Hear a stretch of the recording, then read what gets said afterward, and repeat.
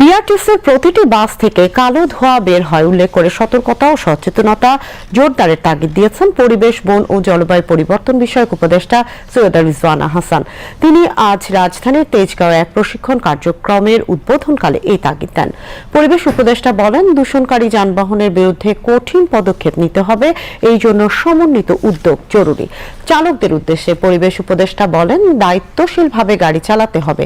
যখন হর্ন বাজানো বন্ধ করবেন তখন গাড়ির গতিও কমে আসবে, দুর্ঘটনাও কমে যাবে।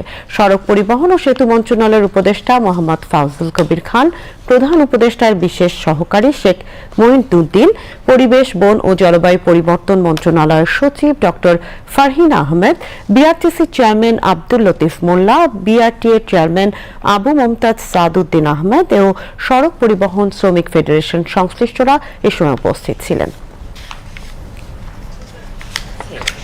সব কটা বাস থেকে কালো ধোঁয়া বের হয়, সব কটা বাস, আমি চ্যালেঞ্জ করে বলে গেলাম, প্রতিটা বাস থেকে কালো ধোঁয়া বের হয়। এইগুলো কি আমরা নিয়ন্ত্রণ করতে পারতাম না? এখন এটা তো পরিবেশ মন্ত্রণালয় চাইলে পারবে না।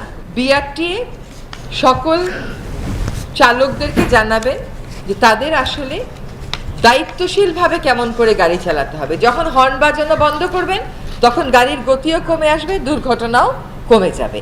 জনস্বার্থে, বড় বৃহত্তর জনস্বার্থে, দেশের সব মানুষের সাথে আমাদের যেন ওই জরিমানা, তারপরে লাইসেন্স বাতিল, এগুলোতে যেতে না হয়। আপনারা নিজেদের দায়িত্ববোধ থেকে এই কাজটা করবেন।